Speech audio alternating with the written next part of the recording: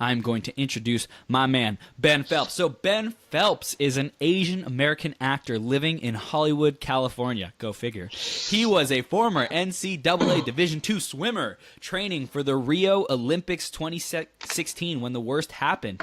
He had a shoulder injury which prevented competition, but now he is following his dreams of breaking down Asian stereotypes and following his dream of becoming a working actor. We're about to rock the house. Ben, are you ready to come on? Oh, hell yeah. Oh, he's ready. He is ready. Hockey Awesome, awesome, awesome. Well, Ben, you are now on the screen, brother. Thank you so much for taking time out of your busy, productive schedule and creating your dreams, man. You're really bringing them to life, to reality, and you're a role model for what it's like to go after what you believe in, no matter what other people are saying, what the stereotypes are, yada, yada, yada. So thank you so much for being on the show, brother. Thank you for having me, Chris. I'm honored. Yes, we're going to have a lot of fun today. So before we get into these strategies and ideas and the mindset about being successful no matter what, share a little bit more about your journey, where you came from, and then about the swimming and what that career was like, and just share how you got to where you are today. Yeah, of course. I'd love to. So to start off with, I'm actually adopted. So that's something that the whole world can know now. So I'm adopted from Seoul, Korea. I was only a few months old when I was adopted by my family that lives in Minnesota. And growing up in the Midwest was definitely a whole different realm than it is out here in California. There's a lot more diversity out here. There's more people. There's more good food. There's like more of everything here compared to the small white suburbia of Minneapolis. Basically, when I started off my life when I was 3 years old and got thrown into the pool because I couldn't stay still on the bleachers, and I couldn't watch my older brother take swim lessons, and I loved the water as soon as I touched it, basically. And I've been a little water dolphin ever since. Basically, I grew up as a swimmer. I did do like artsy things like piano. I was in choir. I tried the violin, which you don't want to hear me play at all because I will butcher it so badly. And it would sound like a broken fiddle, basically. And gradually, as time went on, I kind of separated myself from the fine arts world and dove into the pool, basically, and competitively swam up until I was 21 years old, and basically was training for Rio. Unfortunately, I had a shoulder injury, which led me to not be able to compete anymore. And I moved back home, where I graduated from the University of Minnesota, with a bachelor's degree in Parks and Recreation. So if you watch the show Parks and Recreation, it's basically like Leslie Knope. So I think it's pretty cool, except I'm not really doing anything with it. So all it did was basically get me a cool sounding degree, which I think is pretty nice. In that way. Yes. And then gradually, as I was back home in Minneapolis, I started getting back into the arts. I was in the University of Minnesota men's course, and I was taking acting classes through the Guthrie Theater program. And I just was like, you know what? Like, this is something that I love to do, because I don't want to be behind that 9-to-5 desk job, because I've done several of those already since before moving out here, and I hated every second of it, because, being stuck behind a desk and a computer for 8 hours of your day it's not the way to live your life, because I have other aspirations, and this is the path that I was put on, and now I'm trying to pursue it full time, and which is why I moved to Los Angeles, and now I'm trying to break down Asian stereotypes and becoming a successful working actor. Wow. And what was it that caused you to literally focus on breaking down these stereotypes? Why is that important to you versus just saying, I'm gonna do it and I'm gonna be successful, and it's not so much a focus on breaking things down, but it's like, like I knew I could do it anyways. Why? What drove you, or what's inspiring you to focus on that? Well, for starters, I would say that a lot of actors move out here for the wrong reason. They come out here for the wealth and the fame and the propaganda and the paparazzi, and I'm just not about that life. I like to be, my homebody, sticking around where no one knows me, and just meeting great people like you and other people that I've met in the last year, where, I meet them and we automatically click, because I think it's a good way to be incognito, basically. And don't get me wrong, I'm very friendly, very outgoing, but at the same time, I just, I'm not in it for that because it causes more problems. But for the reason why I am inspired to break down Asian stereotypes is because over the last few years, you've really seen a diversity push for so many different films in the industry. And I grew up as basically like a white person as an Asian looking person in a white community. And I think a lot of it had to do with I wasn't your typical nerd or scientist or good at math, good at science.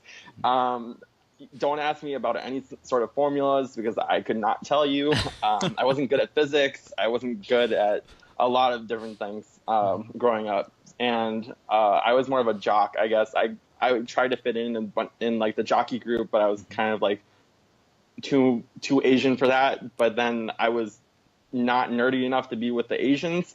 So technically I was like in that weird like median middle part of like trying to fit in with both groups. But I definitely tried to be more athletic and more, I guess you could say, on type white person like, as bad as that kind of sounds. But I'm not traditionally used to going out for stereotypical roles in Hollywood. And I already had one instance, I can share this story with you guys, where I was actually on a set of a commercial and the director didn't know I was Asian, apparently. And when I came on, he was like, hey, we have this panda costume. And I was like, you got to be kidding me. Like, I'm going to have to dress up in this panda costume. It was for this immigration commercial startup business. And basically, the guy who bought the costume was like, oh, yeah, it was between that and a shark. And I was like, you couldn't have bought the shark costume? Like, I think that would have been a little bit cooler because, Shark Boy and Lava Girl. Right. I don't know. That's an oldie. And basically afterwards, it kept getting worse where the director was like, you have to speak more Asian. And I'm like, my mind drew a blank because I was like, how do I speak Asian? Because I've grown up talking English my whole life. Yeah, I might pick up a little like Spanish every now and then, but Asian, like, what does that even mean? There's like Korean, there's Vietnamese, there's like Hmong, there's Japanese and Chinese. Like, I don't know, like, which race and do you want me to try? And he was like, well, just try it. And I'm like, okay. So I gave it a go. Apparently it wasn't phonetic enough. So they were like, hey, we want you to be more, smooth. Can you be more Japanese? And I'm like, oh God, like, where is this going? Because this was like the discrimination in Hollywood where, typical Asians go in and, I myself don't have much of like an Asian language background at all. And I mean, I had no idea. And they wanted me to do something that I was incapable of doing. So I think for starters, I think that was like the first bit of racism that I actually encountered here in Los Angeles. And I mean, I tried. And then some other person was like, hey, well, this is like really culturally insensitive to have an Asian guy in a panda costume trying to speak an Asian language he can't like do basically. And basically ever since then, I mean, I was going to speak about this later, but you have to play your cards right, but you have to play them smart.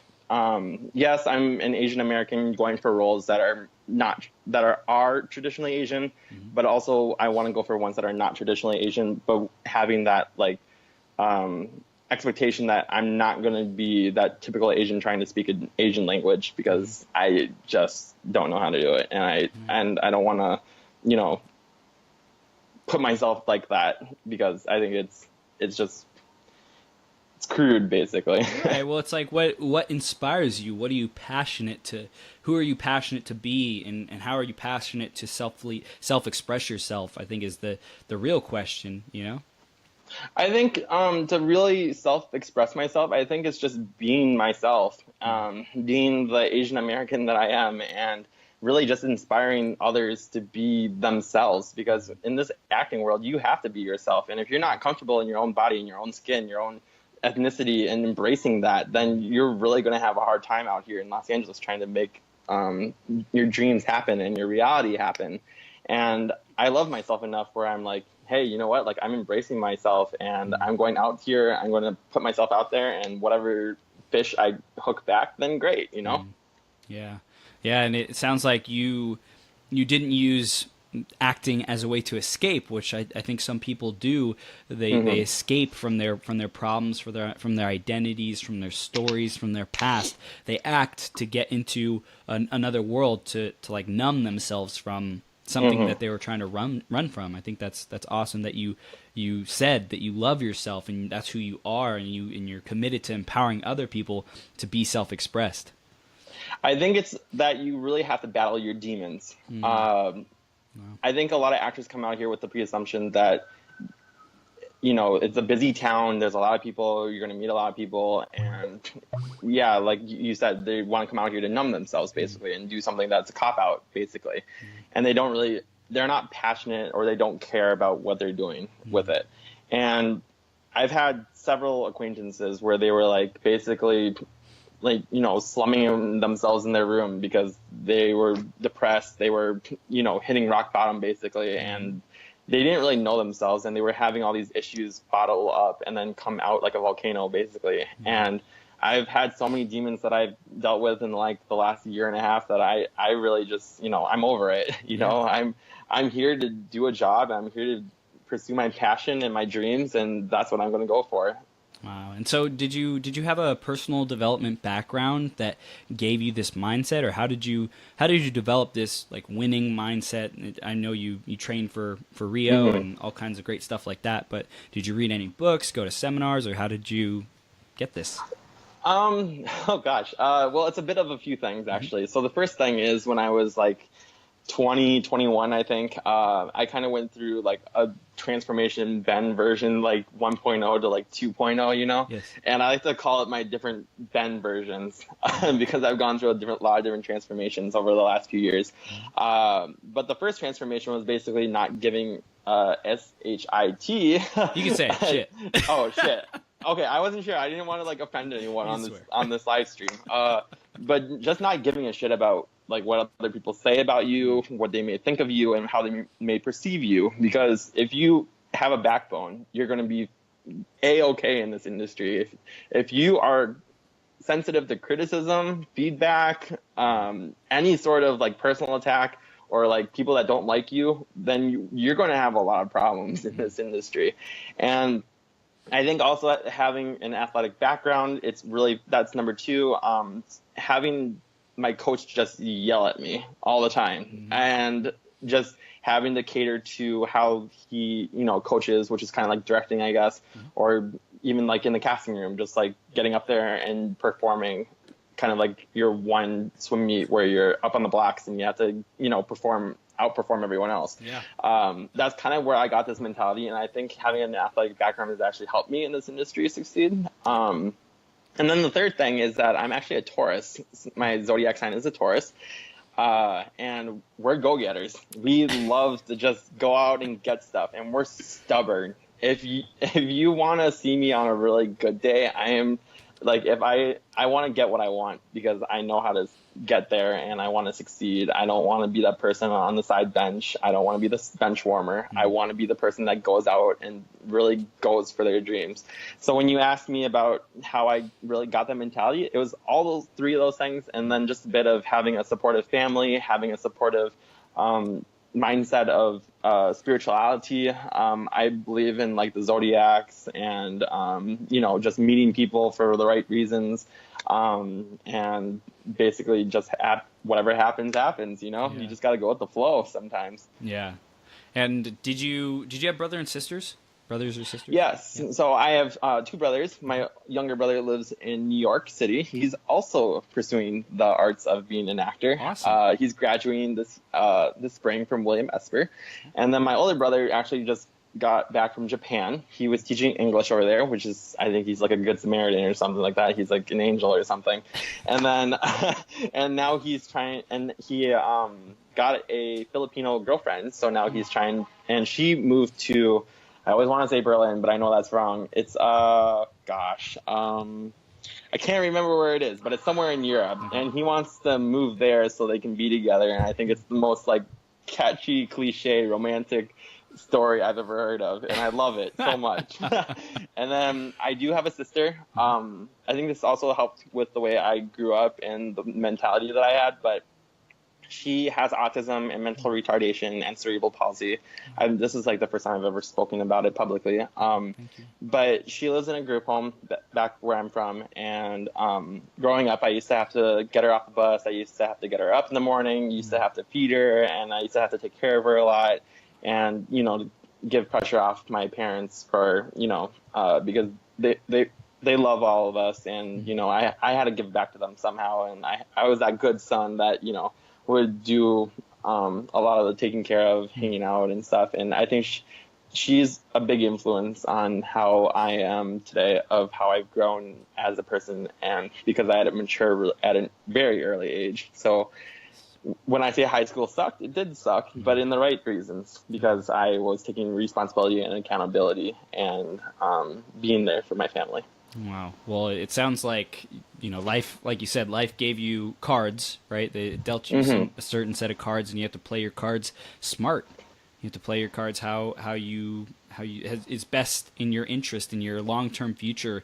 And what I see in you, from what I've known, is that you organize things very well. You're responsible for organizing and running things, and you've hosted events. So let's dive into more of these kind of like extracurricular activities that are really setting you apart from other people, because not everybody is doing what you're doing to get ahead, to organize. You have the mixnology, and tell us all about that stuff. Yeah, I would love to.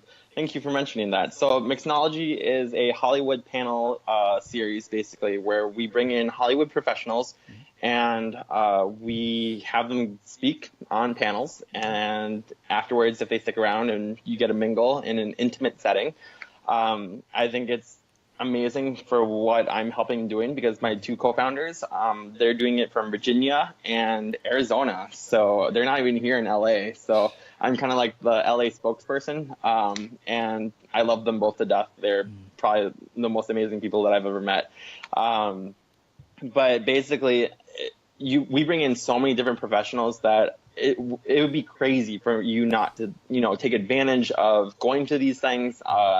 A lot of times we just get a lot of filmmakers. We don't even get a lot of actors. And I think it's really sad, because the mentality of actors are out here is that they're too good for, going to these like flimsy networking events. And I don't think they're flimsy at all. I think they're very beneficial.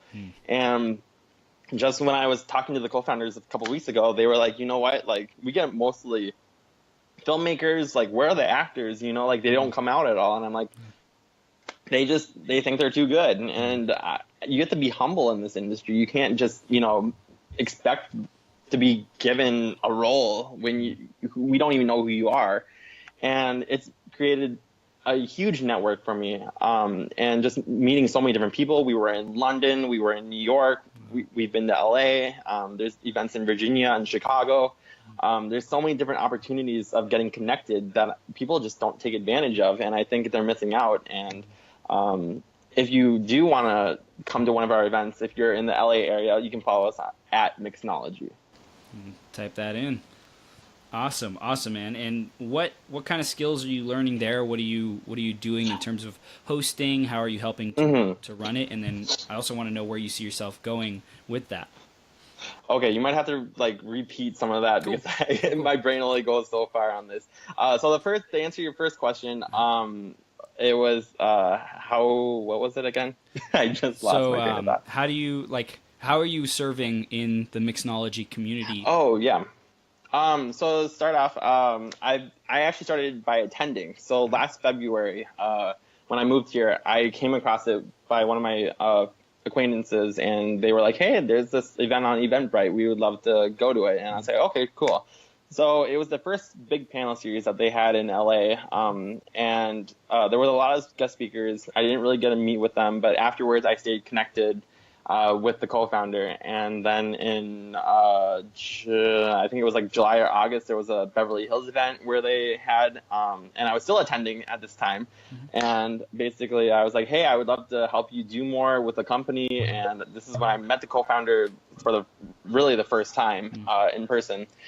And so September came around, and then there was another event, and I started getting more involved. And then by January, we were in New York, and I basically hosted that event, which was the first time I've ever done hosting. I've always had an interest in it. When I was younger, we used to go to the North Shore in Minnesota, and I used to, take my camera and be like, "Hey, welcome to Duluth, Minnesota," and then sightsee everything. And we have a lot of home movies at home. It's kind of embarrassing, actually. But that was my first taste into hosting something. And the New York event gave me the confidence that I needed, and the co-founders were very supportive of having me host the event. And basically, I hosted twice ever since, and I've done social media for them. I've done outreach, and basically helping them with really whatever it is that they need help with. But I'm super blessed to have met them and have joined the company in just, that capacity of being able to help them in whatever way possible.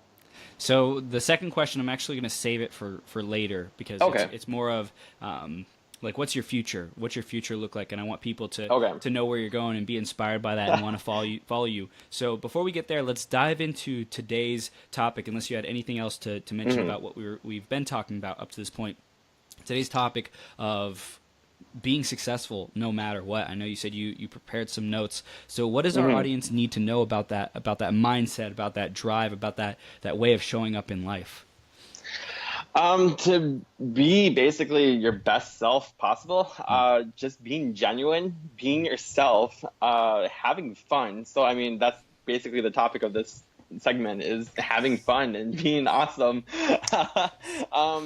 Finding the right network. So surrounding yourself with like-minded individuals that share similar goals, that want to strive for being basically like a little community that you guys all want to succeed together. I think technology is a huge way of doing that. Yeah, and what you did, it sounds like, is you took the extra step to connect with someone who's a little bit maybe more influential and powerful, the co-founder, and stay connected and see, how can I support this person? How can I be of service? How can I join the team? Which I think a lot of people people who are watching, or other people may not feel like they're as entitled, or as not entitled as a sense of entitlement, but like, I'm not good enough kind of thing, or I don't know if I'm the right fit. And you're just like, nope, I'm going in. I want to contribute. Let's go. No, and I mean, honestly, I have a short story. I was actually trying to get one of my friends to go to one of these events, and I won't name him because I don't want to embarrass him. But he was a little just a bit shy.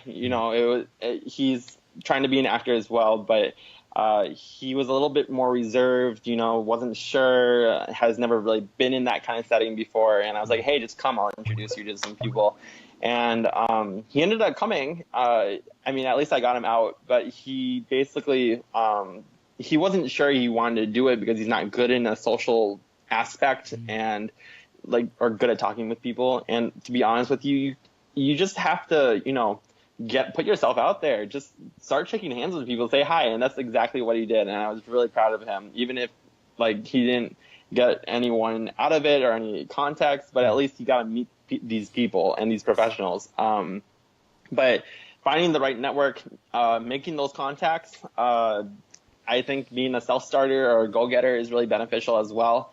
And just being happy and having that right mindset, because there's going to be a lot of times where you're going to be crashing down a hill on a train, and at the bottom of it is basically the cave where you're going to hit and you're going to crash and burn. But you just have to look on the optimistic side of things and just say to yourself, you're going to be okay, because honestly, it's a train ride of ups and downs, and you never really know where your path is going to lead you, and you don't know why even. And I'm totally stealing this quote from Inception, but you just need to be yourself, because ultimately it's about how you are perceived by others and how you're going to get there through your own methods, because a lot of people just take common methods to, get by. And I don't want to be that guy that gets by. I want to be the guy that goes above and beyond, because that's what I do. I know. And I take it to the extreme, because I like being above and beyond. I want to be above average. I don't want to be a C on a test. I want to be an A+. And I think other thing is just not giving up hope. Having hope is really important, and this may sound really stupid, but I love watching anime. I love it too. Hey, me too, man. Me too. I swear, I love it. As an Asian American growing up, anime was probably one things that kept me sane throughout growing up, and one of the key things through all the animes that I noticed were the same was having hope. Yes. Having hope for yourself, having belief in yourself, and just being the person that, you have to love your family, love your life, love everything and what you're doing, even if it means hitting and crashing the bottom of the barrel and hitting rock bottom. And I've actually experienced rock bottom. About a month ago, I was actually homeless in my car. Wow. I was living on my own, didn't really know where to go, but all I knew was that I wanted to stay out here because it was my dream.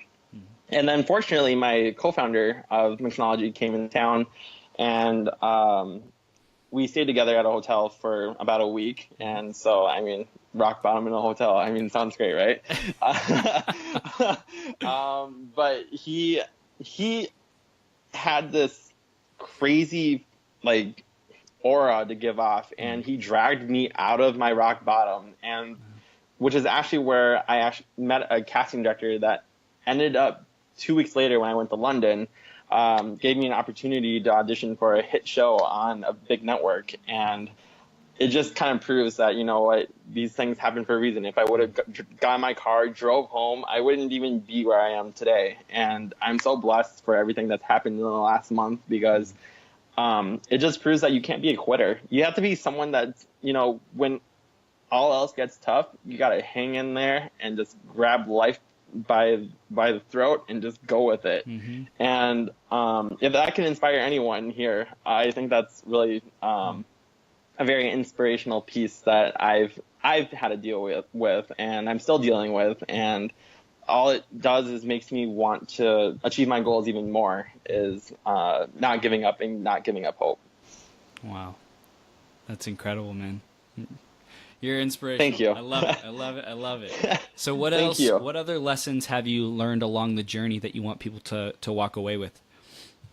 Being passionate. So acting isn't something that you can just say one day, hey, I want to do this. You have to at least have some sort of interest in the arts, be committed, be serious-minded. There's a lot of people out here that just come out here, like I said before, for the wealth and the fame, and you're not going to get very far if that's the mentality you have. Right. Because 90% of it is your network. Yep. And going out, meeting people, regardless of talent or looks or whatever it may be, that person may want to, have you in whatever they're doing, like whether it's a casting, film, short film, commercial, movie, whatever it may be. But when I got my audition a couple of weeks ago, I didn't have no headshot, no resume, and no demo reel, and it was all based off of just knowing the person for I had 5 minutes with this guy. I didn't really get to talk to him about anything, but he remembered me from the event, and I stayed connected, and that's how it happened. And I think if that inspires anyone, then go out there and get your network, because your network is like your baby, basically. Yes.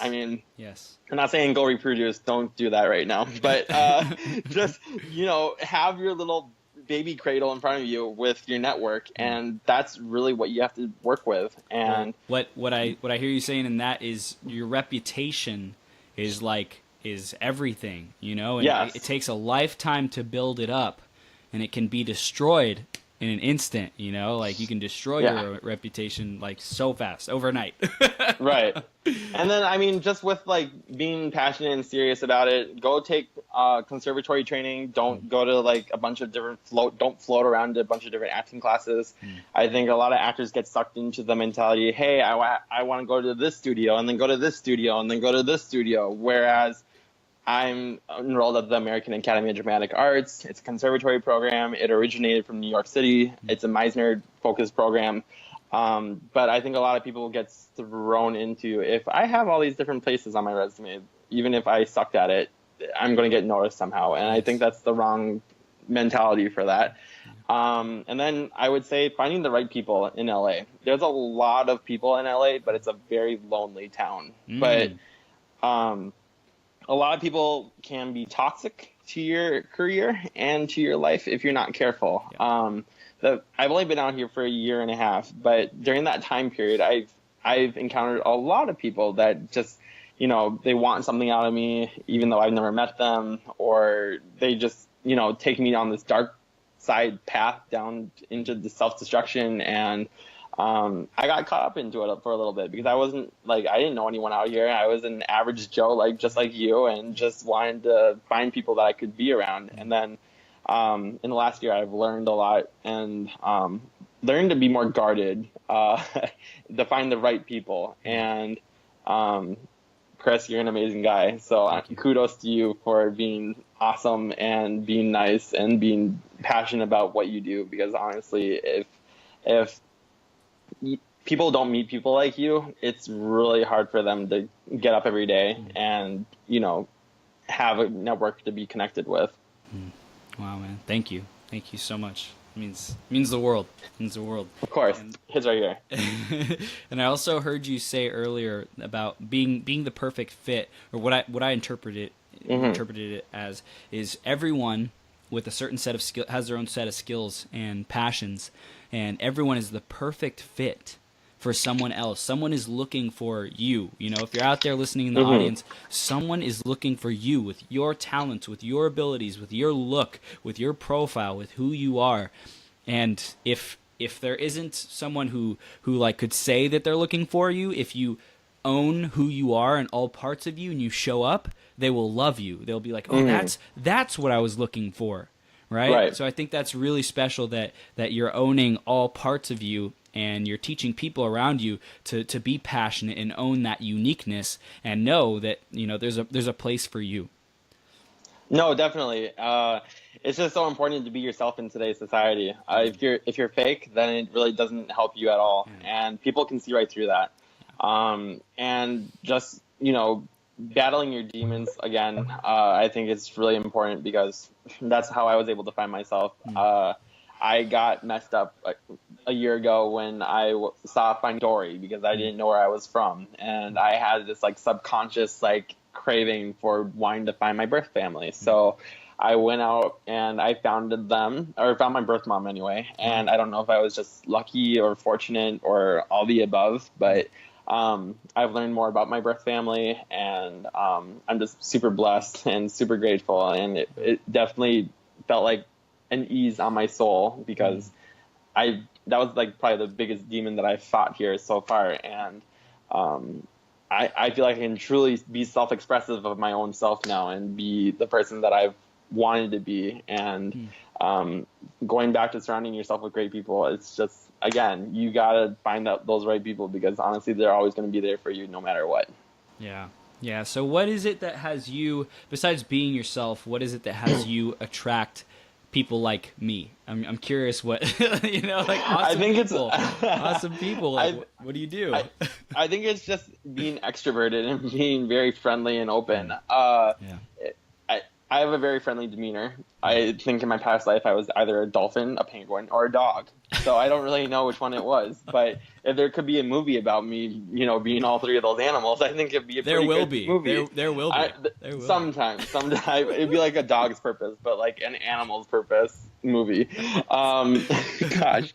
But basically just being friendly, outgoing, having that loving demeanor of life, and just surrounding yourself with people that, have the same mentality as you. So you are such an abundance of sunshine, of radiance of life, and it's just so addictive. And even Erica De La Cruz, shout out to her because honestly, she is one of the best people I've ever met. Yeah. Just bubbling personality, great way of living life, just so happy. And I would never want to see her mad. I'd be kind of scared. And I'd be scared if you were mad too, Chris. I don't think I would want to see that. That'd be like you not having coffee on a bad day. But I think just finding the people that are really just, super blessed in life and having that, you're always happy. I don't really know how to explain it, but I can tell when someone's just like enthusiastic about life, like let's hold hands and sing Zippity Doo Dah and like, you know, look at butterflies in the garden or something. I don't know. It's like those stupid crap like that. But just what attracts me to these kind of people is just that your personality is contagious, and it really shows. Like after we were at Erica's birthday party, I just felt like the next day I woke up so happy, and I was just like, amazing night. Let's do this. Like, I am so motivated to do whatever it is that I'm doing and get it done, basically. Yeah, that's awesome, man. Awesome. I love it. It sounds like the awareness of the qualities of people that you want to surround yourself with. And, you know, you said that you're around some people who weren't so great for you earlier. And you're like, that's not who I'm committed to being around. You made a conscious choice to put yourself in environments like at Erica's party or Mixnology and these events where you can be around like-minded people and continue growing. Right. And I just think it's so important to just, you know, grow within a group of people that just, you know, it's so loving and caring and, you know, basically all of that. Yeah. I just think it's wonderful. And, if there's anything that the audience can take away, I would say is just always be yourself. It goes in a lot of different directions of being yourself, whether it's personality or whether it's your demeanor or whether it's how social you are or what you want to do with goals and being like-minded, I guess. Yeah, and I'd say being yourself, probably it feels good, so you'll know if you're on track or off track with that commitment and that dedication. If you feel good, if you feel like, wow, this is awesome, this is where I belong, I feel like I belong. And if people aren't feeling like they're being themselves, what would you advise them? How would you empower them to say, you know, like to have that awareness that maybe things aren't going the way I want, or maybe I feel like I have to be a certain way around people or around certain situations and circumstances? What would you tell those people? Well, I actually knew someone like that before, and I think the best advice that I could give someone that feels that way would be I would start by loving yourself. So accept your flaws, accept your negative thoughts about yourself, accept that, you know what, you are the best person possible and that you are an amazing person. Because if you think all those things and just positive reinforce them to yourself, it's like giving yourself an idea. So if I tell you, don't think of elephants, what do you think of? Elephants. Obviously. So if I gave you the idea, hey Chris, if I say be the best person tomorrow, what are you going to think of? Be the best person tomorrow. Exactly. So if you tell yourself in a mirror, I want to be positive, I want to be outgoing, I want to be awesome, and positive messages, not like I don't hate myself or something like that. You want to have it be a positive, because positive always outweighs the negative. And if you just reinforce yourself and tell yourself that these things, then you're just going to feel so much better about yourself. And I know it's really cheesy and generic. I definitely had a therapist tell me that at one point, but it works. You know, it got me to where I am now, and it's just something that I tell myself in the mirror every day, like, hey, like, let's get up, let's go out for the day and be awesome and see if we can meet more people or follow up with emails or loving myself or, oh, it's sunny out, let's do this, or oh no, it's raining, let's, I don't know, go to a coffee bar or something. Right. So just the little things in life, just enjoy each thing, because I truly believe that you can make yourself happy with just having positive thinking. Yes, absolutely, absolutely. So any last minute tips about, besides, you know, being yourself, which I know you mentioned, any last minute tips about just being laser focused and not letting anything stop people and just being like determined, 100% committed? Any last minute guidance for that?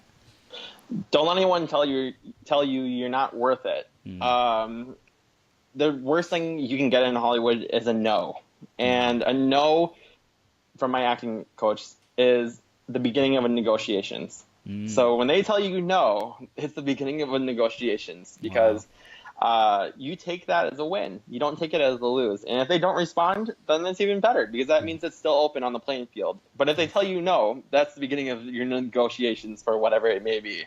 And I've learned to take rejection as a grain of salt, because honestly, if I can give any tips for today, taking rejection with a grain of salt is your best friend.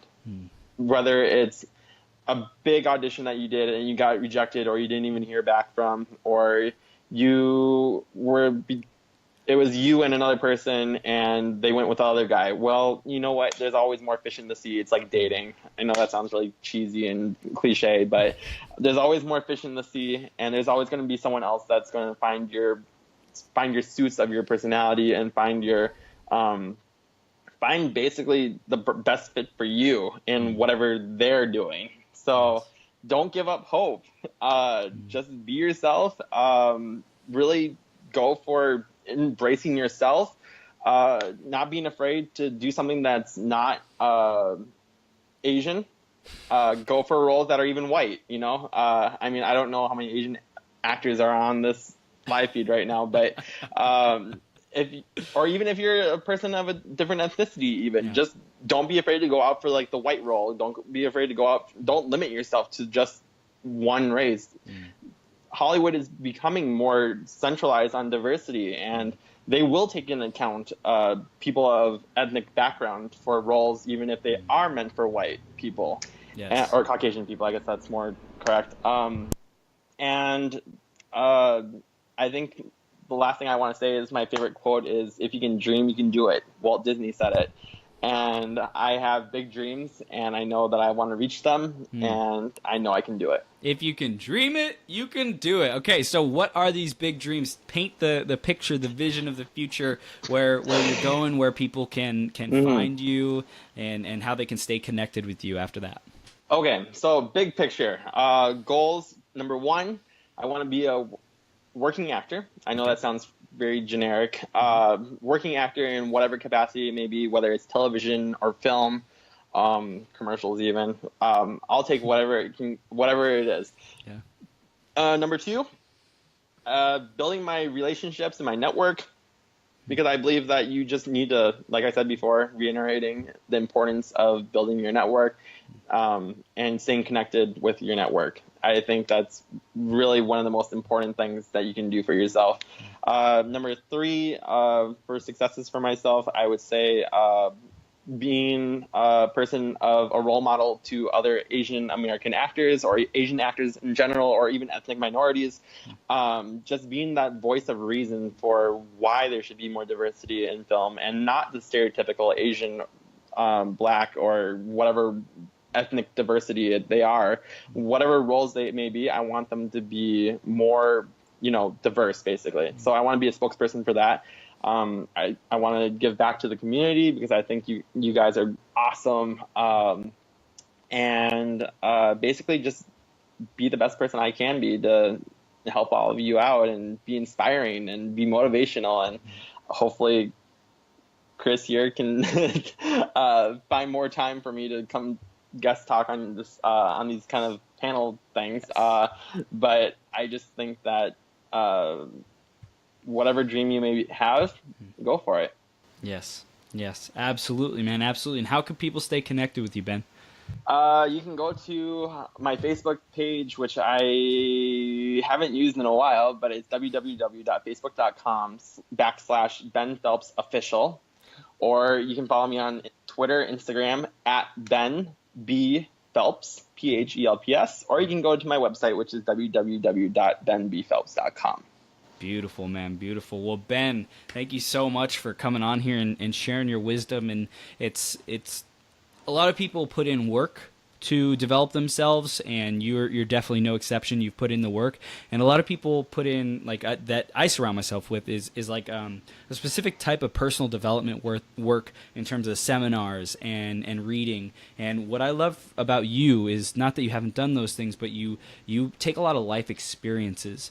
You take a lot of what life has given you, and the mindset and the right upbringing, the right attitude because of sports, because of where you're at. at, the industry that you're in, and you just have a really, really great mindset, man. So I just love how organic it is and how you approach life, man. And you're absolutely going to crush all your goals and more and impact so many people's lives and be in front of millions and even billions, if you want that, of people. So I'm excited to see you create that future. And literally, dude, there's no dream too big for you to accomplish. So keep up the great work, man, and keep inspiring people, motivating people, and being your awesome self that attracts great people into your life, because you're doing things right. And keep it up, okay? Thank you so much, Chris. It's been an honor and it's been a pleasure to have myself on this show. And just wanted to say I had so much fun. This was my first big interview session, and I was a little nervous, but I think I did okay. I didn't fumble over anything, but just wanted to say thank you again. You're bloody brilliant. Brilliant, thank you. Bloody brilliant. And I don't know what I would do without you as a good friend, so I appreciate it, and I hope that, you continue to inspire others. Yes, I promise. I freaking promise, dude. Like, you better promise. That's my life, baby. That's my life force. 100% promise. Scout's honor. Scout's honor. Yes, man.